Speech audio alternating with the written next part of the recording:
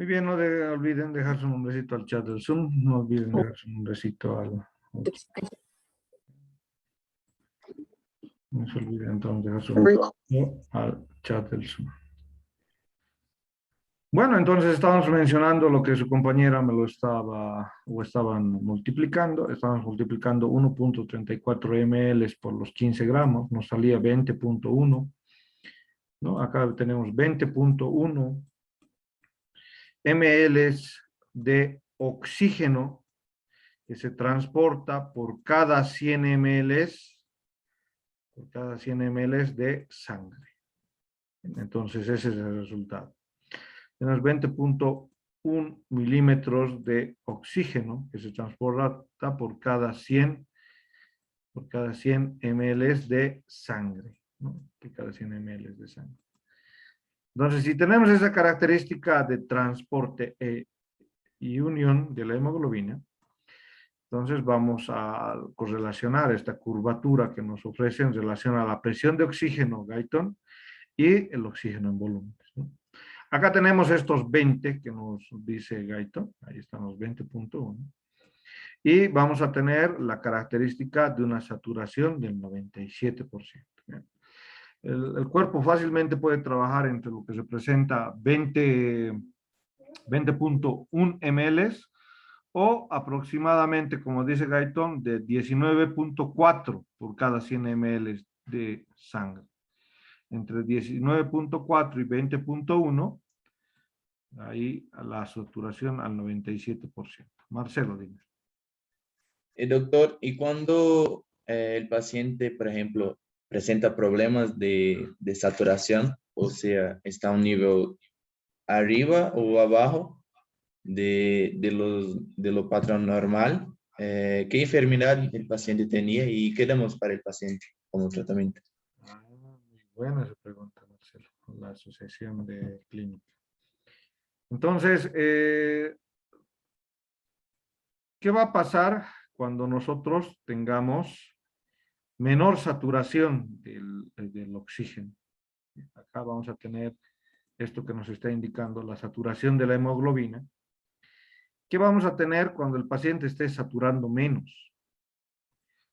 Conceptos indican en medicina interna que yo debo dar oxígeno suplementario si la saturación es menor o igual a 89%. Entonces, los conceptos para cuando tengamos saturaciones menores o iguales al 89%, niños y adultos, obviamente que no vivan en la altura, ¿no? Si no viven en la altura ya saben que esto no es normal, estamos dándoles la saturación en pacientes de la altura. Entonces, si el individuo no vive en una zona elevada y tiene una saturación menor al 89%, lo que debo darle es oxígeno, ¿no? El tratamiento es oxígeno. ¿Cuáles son las causas para esta disminución de la saturación? El colapso pulmonar es una de las características. ¿Y qué va a llevar a ese colapso pulmonar? Las enfermedades respiratorias. Una que se está llevando la flor y nos está complicando la vida, el COVID-19. Entonces, el COVID-19 lo que hace es disminuir la saturación, ¿no? Entonces, el COVID lo que hace como enfermedad es disminuir la saturación de oxígeno. Como principal mecanismo de soporte que hacemos, ¿qué hacemos? Le damos oxígeno al paciente. Los músculos, ustedes han visto la mecánica de la respiración. Los músculos de la respiración, ¿son o no son muchos los músculos de la respiración? Hay diafragma, intercostales, escalenos, esternocleidomastoideo. La misma caja torácica consume energía. ¿Por qué lo intubo a un paciente? ¿Cuándo tomo la decisión de intubar al paciente? Cuando la saturación está disminuyendo, una de las indicaciones es menor a 75%, la saturación de oxígeno menor a 75%, es una de las indicaciones de intubación. Entonces, esa es una de las características. Y ver que el cuadro respiratorio del paciente se está complicando. ¿Cómo voy a ver ese cuadro? Con una placa radiográfica. En la placa radiográfica voy a ver las características de infiltración que tiene ese pulmón, ya sea por bacteria, ya sea por virus. Entonces ese pulmón se está infiltrando. ¿Qué quiere decir infiltrando? Se está encharcando, está produciéndose una neumonía. Y eso me da unas imágenes blanquecinas en el pulmón, ¿no? Entonces, ese pulmón que se está infiltrando no va a producir un intercambio gaseoso.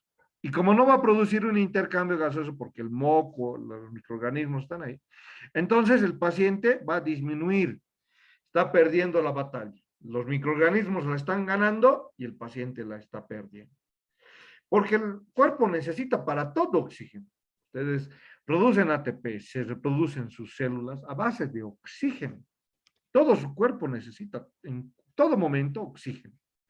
Entonces, pero si la estructura encargada de brindar este soporte se ve afectada por infecciones respiratorias, entonces, ¿qué tenemos que darle? Soporte.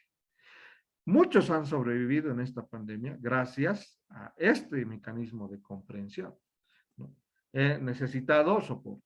Bien, yo que he hecho a mis pacientes que saturaban menos de 85, no lo dice la literatura de medicina interna, lo dicen los conceptos de fisiología. Entonces yo, bajo conceptos de fisiología, he dicho, menos de 85% les he dado oxígeno a 5 libras por mascarilla, por ejemplo. He tratado de saturarles de oxígeno. ¿Por qué? Porque sé que está en un proceso respiratorio que puede complicarse rápidamente. Entonces, esa ha sido mi intuición para indicar en estos pacientes a 5 libras de oxígeno. ¿Qué no hemos tenido? No hemos tenido oxígeno en esta pandemia, ¿no? En varios países del mundo, ¿no? Entonces, ¿qué ha pasado? Ahí se nos ha complicado tratarles a estos pacientes. Muchos han requerido y requieren todavía oxígeno para esto, ¿no? Entonces, dentro de las patologías está, le digo, Marcelo, estas infecciones respiratorias y el tratamiento para la disminución de la saturación es básicamente el oxígeno, ¿no? Disminuye mi saturación, lo oxigeno a mi paciente. ¿En qué momento y a cuánta cantidad? Digo, menor a 89, 2 libras por puntas nasales. Menor a 85, mascarilla. ¿Por qué? Porque si estamos en la altura de Cochabamba, por ejemplo, no estamos tan alto, entonces esta saturación menor a 85, en personas que no son obesas, es otra característica que hay que ver también. ¿La obesidad altera la saturación? Sí, altera la saturación, la obesidad. ¿Por qué? Porque el panículo adiposo, ustedes que han estudiado anatomía, ahí la grasa en el abdomen, dificulta el trabajo del diafragma. Entonces, por eso hemos visto que estos pacientes obesos, menos saturación. El COVID ya infiltraba pulmón y la verdad, o sea, si ustedes van, indican a quienes hemos desahuciado, son a las personas con obesidad. ¿Por qué hemos desahuciado a las personas? Porque van a entrar a terapia y la terapia no va a solucionar el problema de la saturación. Por eso hemos desahuciado. O sea, ¿ustedes qué prefieren? ¿Darle la vida a un paciente que tiene 30 años, está estudiando, tiene una condición que va a responder a terapia? ¿O darle, ocupar esa camilla de terapia intensiva? No somos dioses, obviamente, pero tratamos de salvar al que mayor probabilidades tenga, ¿no? Entonces, esas son decisiones difíciles y duras de tomar, pero lo tenemos que hacer. Bajo algunos conceptos, tratamos de salvar a todo mundo, pero en un momento ha sido tan crítica esta pandemia que nos ha costado tomar decisiones, ¿no? Breno Nacimiento. Dime. Doctor, vos has dicho que a 89% de saturación se administra 2 libras por fosas nasales, a 85, 5 libras por mascarilla. ¿Y Sí. cuánto yo administro o sea, cuántas libras yo administro en una intubación? 5 libras Muy igual. bien, muy bien. Las máquinas para intubar ya no me calculan las libras. Hay conceptos que se llama la FiO2, la filtración de oxígeno. Hay lo que se llama la frecuencia respiratoria. Porque con la intubación, yo no solo voy a controlar el oxígeno, yo tengo que controlar hasta su frecuencia respiratoria, porque yo le pongo atracurio a ese paciente. ¿Para qué le pongo atracurio? Relajante muscular, ¿no? ¿Para qué? Para que no tenga resistencia al tubo. Yo controlo lo que respira ese paciente. La máquina la programó para controlar. Ya no controlo solamente libras, ya controlo FiO2, frecuencia respiratoria del paciente, la PO2. ¿Bien? Entonces, voy manejándome a requerimientos del paciente. ¿Y cómo hago esos requerimientos en terapia? Con el peso del paciente, con la estatura del paciente. ¿Bien? Esos son mis requerimientos para calibrar mi máquina. Peso y estatura. Ya no es la concentración por libras, ¿me entiende? Ya no manejo solamente libras. Bueno, entonces como voy controlando, tengo que ser minucioso del volumen corriente. ¿Cuánto era el volumen corriente, Breno?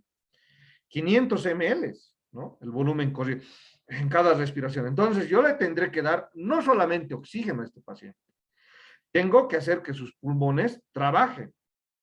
Entonces, generalmente los terapistas dan infusión de oxígeno y dan infusión de aire, ¿no? Aire que no tiene completamente oxígeno, ¿no? Entonces, ahí la característica de diferenciar cuando damos oxígeno puro y cuando intubamos. Cuando intubamos hasta calculamos el espacio muerto.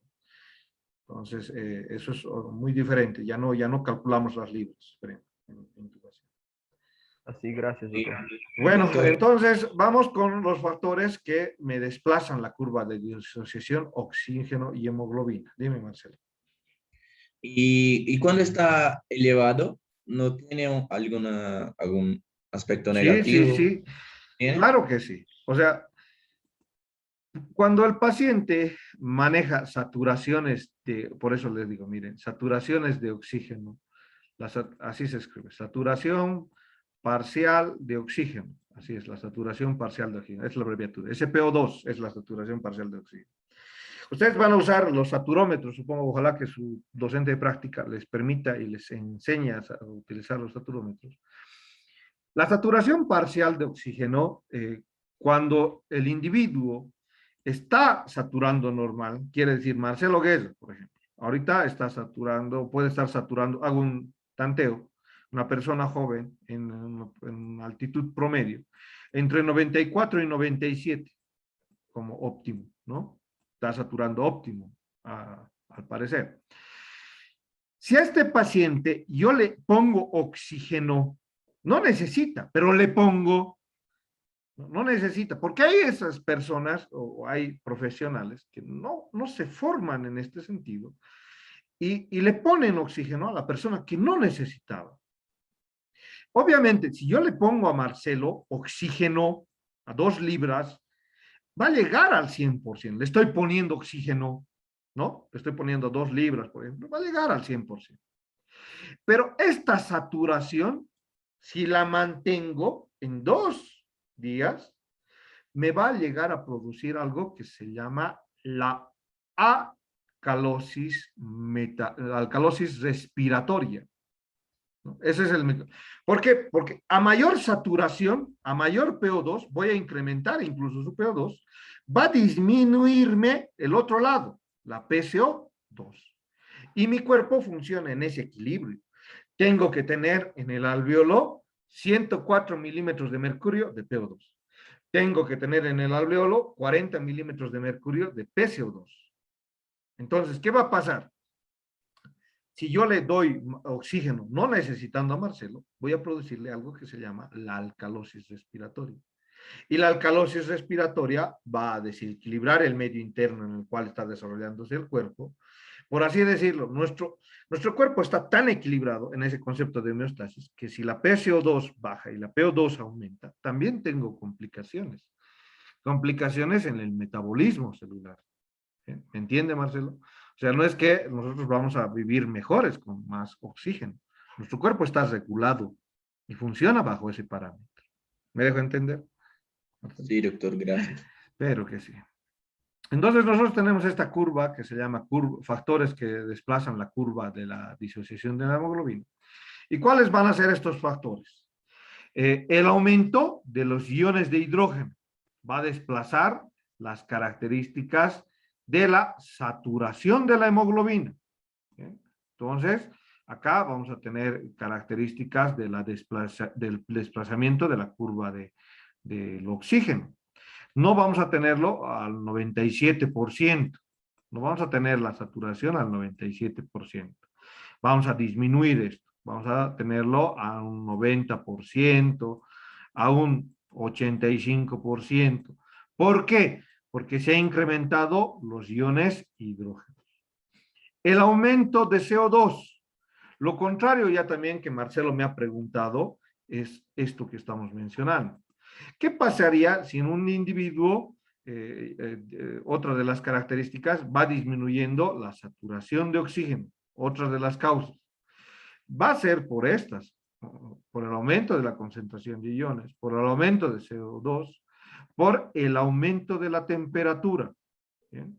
Por el aumento de la temperatura y por el aumento de la BPG.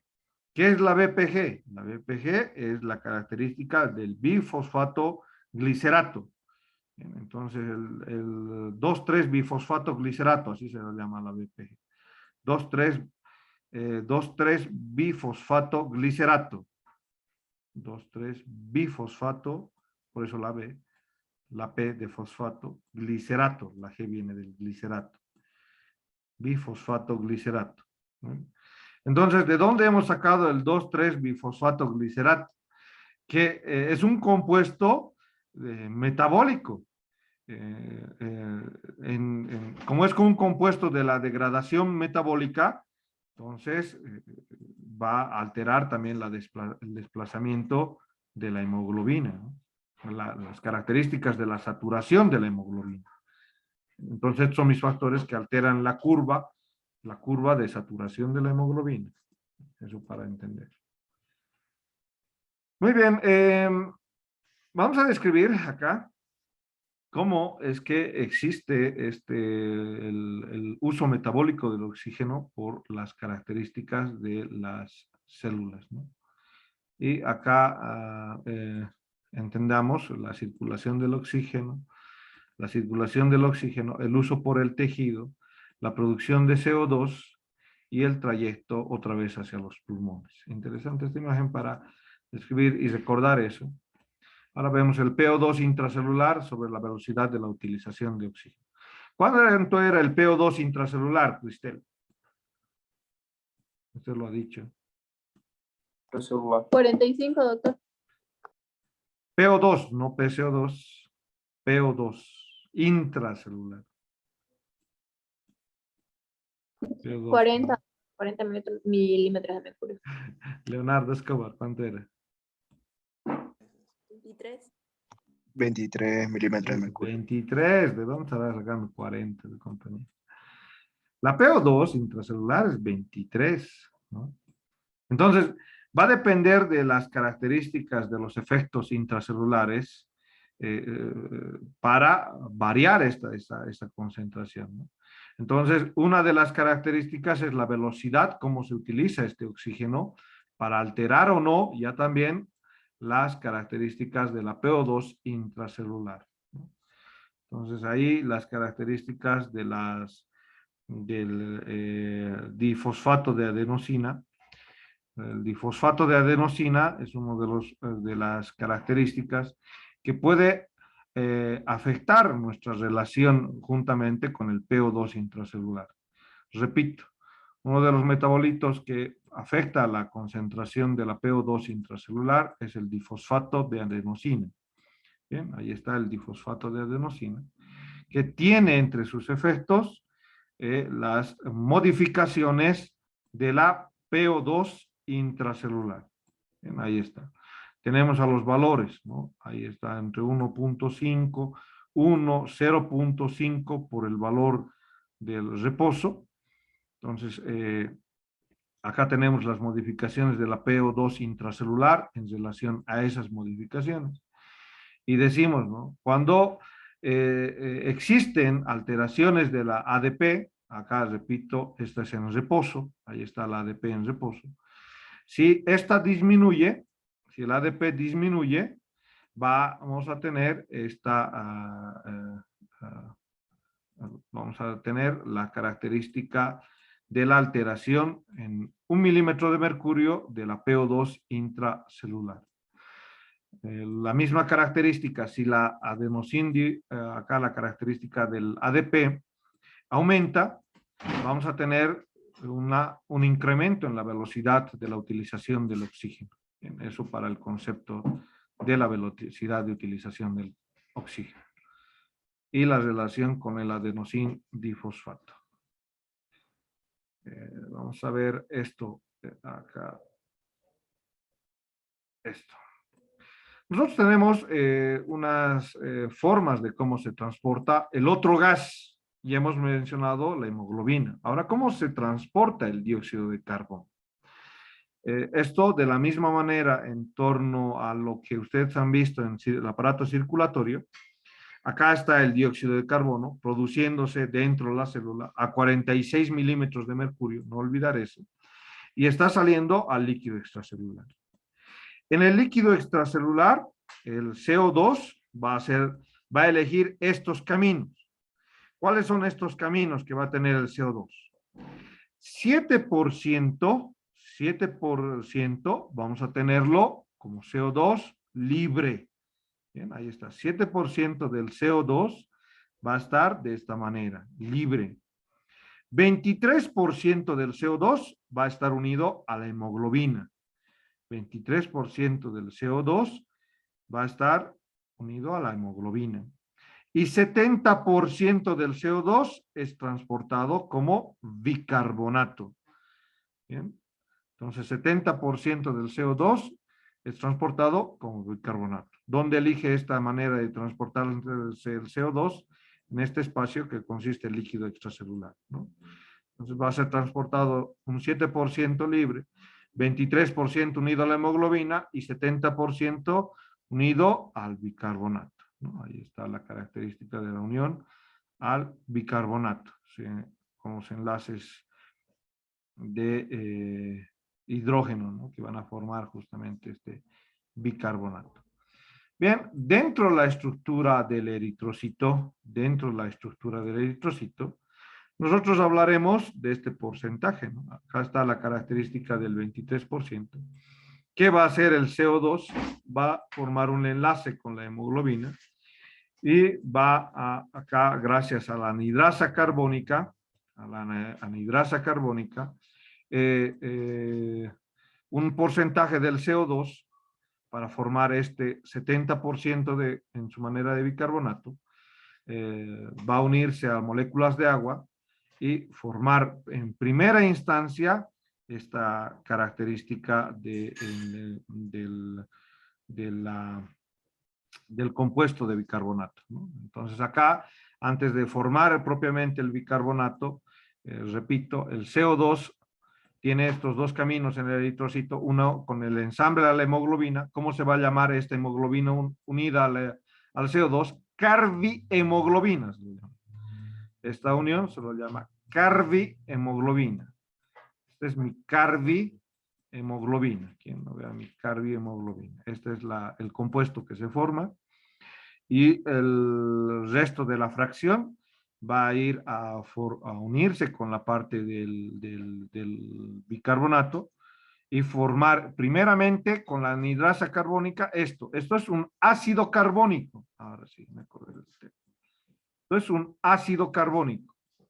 Bien, ahí tenemos primeramente la unión de dióxido de carbono y agua por la anhidrasa carbónica, forma un ácido carbónico. Bien, ahí está, forma un ácido carbónico, H2CO3, eso es un ácido carbónico. El ácido carbónico pierde un hidrógeno, acá está la característica de perder un hidrógeno, y cuando pierde un hidrógeno nos queda el bicarbonato. Esta función ha sido producida en el eritrocito, pero miren cómo el bicarbonato difunde en el espacio extracelular, en el plasma como tal, y puede ser transportado como bicarbonato. Bien, el 70% puede ir como bicarbonato, el CO2, en la circulación de manera general.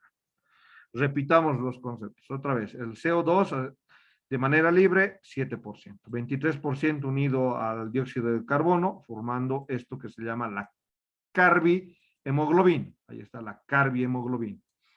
Gracias al efecto de una enzima, la anidrasa carbónica, dentro del eritrocito, el CO2 forma enlaces con el agua y forman un ácido. ¿Cómo se llama este ácido? Se llama ácido carbónico.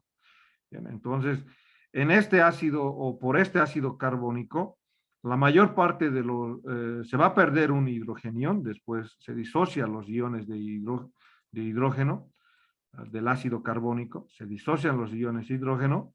Cuando se disocian, nos queda el bicarbonato.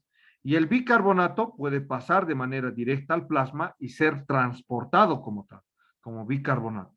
Entonces, esa es una manera como transportamos CO2 a través del plasma. 70% hace este mecanismo. Bien, existen, dice Keimur, asociaciones entre lo que representa el CO2 y las porciones de cloro.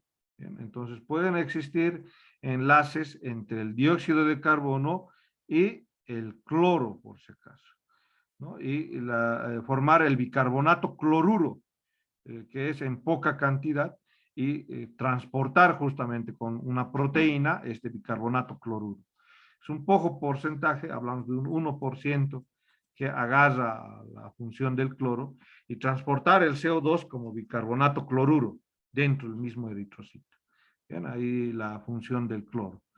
Gracias a la proteína transportadora de bicarbonato cloruro, poder realizar el transporte de las moléculas de CO2 en el mismo eritrocito, ¿no? ¿Cuánto porcentaje podemos transportar así? Entre 1%, no tan relevante para la circulación. Bueno, esto es el mecanismo de transporte, entonces, el cual hemos ido describiendo.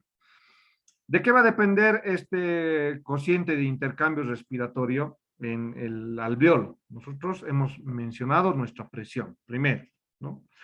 Pero, ¿de qué va a depender la presión del dióxido de carbono? De la tasa de producción del dióxido de carbono. Entonces, mi cociente de intercambio respiratorio, que va a ser igual a R, va a depender de la tasa de producción del dióxido de carbono y también de la tasa de captación de oxígeno.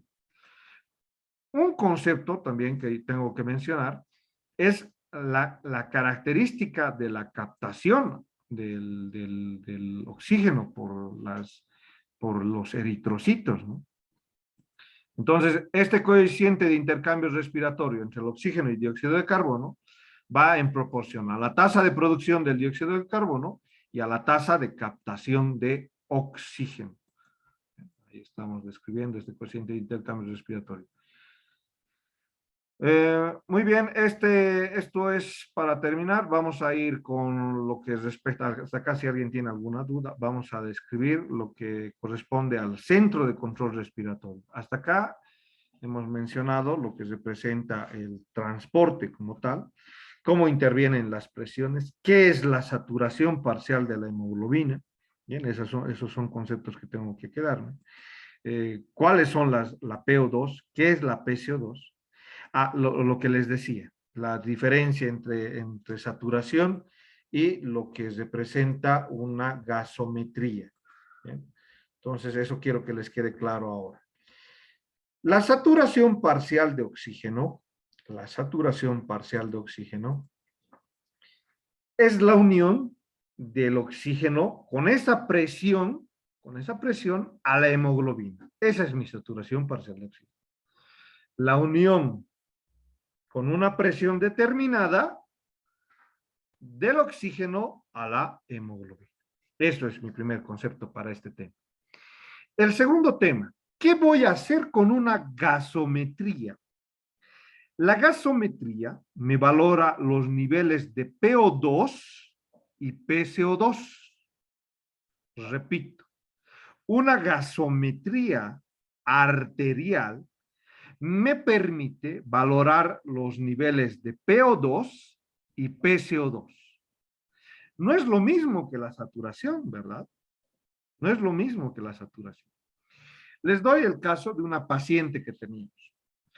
Teníamos una paciente que su saturación parcial era de 92%. ¿Es normal o no es normal, Escobar, la 92? ¿La intubaría con 92, Escobar? No. No la intubaríamos. Pero miren lo que ha pasado con esta paciente. Al entender que no es lo mismo saturación que la gasometría. Tenía dificultad respiratoria, pero estaba saturando 92%. ¿Y de dónde viene esa dificultad respiratoria? Le sacamos una placa y estaba con neumonía. Nuestra gran pregunta, ¿por qué no ha disminuido su saturación parcial de oxígeno? Porque tenía poliglobulia la paciente. ¿Y qué es la poliglobulia? Mayor cantidad de eritrocitos. Estaba viviendo a nivel del mar, pero esa poliglobulia nos ha dado este falso positivo de la saturación. O sea, es un falso positivo porque la paciente no estaba realizando una correcta oxigenación en el cuerpo. La saturación correcta, o sea, el familiar también era médico de esta paciente. Entonces, nosotros también asombrados por el caso, entre lo que es saturación y gasometría. Entonces, está con dificultad respiratoria, tiene esta característica de la saturación 92, entonces se decide hacer por características de consenso médico una gasometría. La PO2 en la gasometría estaba de 75. ¿Eso es normal en la parte arterial? A ver, eso no es normal.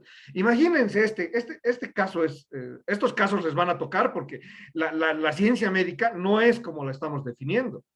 A veces hay que tomar conceptos, agarrarlos, razonarlos y ver qué está pasando.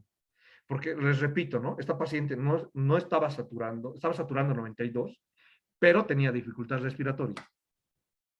¿Qué ha pasado? ¿Por qué está con la dificultad? ¿Qué nos ha marcado el falso negativo? La poliglobulia de este paciente. Esa poliglobulia ha hecho parecer que la paciente tenía una saturación normal. Pero cuando hemos medido la gasometría, y la gasometría, repito, sirve para valorar la PO2 y la PCO2 en la sangre, la PO2 me ha resultado con 75 milímetros de mercurio. ¿Qué hemos indicado en ese caso? Hemos indicado en primera instancia saturación con el oxígeno. No lo hemos intubado todavía, no lo hemos intubado. Hemos visto cómo responde a 5 libras. Al primer día, al siguiente día le hemos tomado una gasometría, increíblemente la PO2 ha subido a 80, pero no nos convencía todavía, ¿no? Bueno, hay que seguir luchando con los antibióticos, el esquema antiviral, esto era justo en una paciente con COVID también. Entonces, ¿qué hemos hecho? Al tercer día, la PO2 la hemos logrado elevar hasta 85. ¿Bien? Entonces, estábamos yendo en buen camino. ¿Dónde se nos ha complicado la paciente? ¿Dónde se nos ha complicado la paciente? Se nos ha complicado en las características de enfermedades añadidas. ¿Qué enfermedades? Diabética, poliglobúlica, tenía hipertiroidismo, entonces una serie de problemas endocrinológicos que han hecho que nuestro tratamiento, que estaba bien encausado, en un cuarto día o en un quinto día, se nos altere, ¿no? Se nos venga hacia abajo todo el tratamiento. ¿Sí? Entonces, esas son las maneras que ustedes tienen. Miren, por eso estos conceptos no los vamos a dejar aquí, los vamos a llevar a la tumba, igual que los conceptos de anatomía, ¿no? Entonces, ven, eso quiero que diferencien entre saturación. Esto que me ha servido como una anécdota entre un paciente, quiero que también les sirva a ustedes. Bueno, entonces vamos con otro caso. Vamos con el centro de regulación ahora. ¿Cuál es el centro de regulación? Ustedes ya han visto algo de neuroanatomía, hombre. A ver, vamos a describir esto, que es neuroanatomía también, ¿no? Esto es neuroanatomía. ¿Qué es neuroanatomía? El centro de control o la regulación propiamente de la respiración. Entonces, vamos con la regulación de la respiración y justamente he sacado una imagen de neuroanatomía para la descripción. Entonces, vamos. Está regulación de la respiración. Acá está regulación de la respiración. Y vamos con el siguiente tema. Normalmente, dice Gaito, el sistema nervioso ajusta es nuestro encargado de ajustar la velocidad de la ventilación. Además de ajustar la velocidad, la frecuencia respiratoria.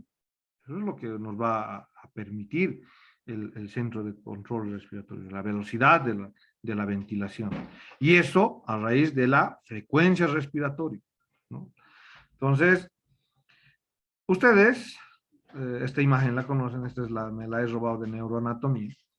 Y mencionábamos algo que se denominaba el centro neumotorácico. ¿Recuerdan? Esta es la imagen de González, Óscar González. Entonces, este es mi centro neumotorácico. Nosotros tenemos centros respiratorios. Vamos a comparar esta imagen de neuroanatomía que ustedes han descrito con la imagen que me da Guyton. Cuando Guyton me muestra el centro respiratorio, no solo me va a mostrar el centro neumotorácico, me va a describir que existe un grupo respiratorio dorsal encargado del control de la inspiración, un grupo respiratorio ventral encargado de los procesos expiratorios e inspiratorios, y un centro que va a responder a la falta de aire, se lo llama centro apnéutico o apnéustico. Entonces, este centro apnéustico responde a la falta de oxígeno. ¿Cómo se integra este centro respiratorio? ¿Y dónde está presente, por si acaso? Localizado bilateralmente, ¿a qué? ¿Qué es esto? ¿Quién define lo que describimos como los grupos respiratorios? Entonces, esto es la médula oblongada o bulbo raquídeo, ¿no? De esa manera lo hemos aprendido. Esto es el puente, no se tienen que olvidar. Esto es mesencéfalo, ¿no? Ahí está el cuarto ventrículo, acá está el techo, ¿recuerdan? Del cuarto ventrículo. Esos conceptos de neuroanatomía. Bien, entonces, cuando describimos estos centros, se encuentran bilateralmente, repito, ahí están bilateralmente al bulbo raquídeo. Y también a esto que representa el puente o protuberancia. Repito, hemos descrito un grupo respiratorio dorsal, acá está el grupo respiratorio dorsal, encargado de manejar la inspiración. Un grupo respiratorio ventral, encargado de manejar procesos expiratorios e inspiratorios, por si acaso para pregunta de examen. El centro neumotor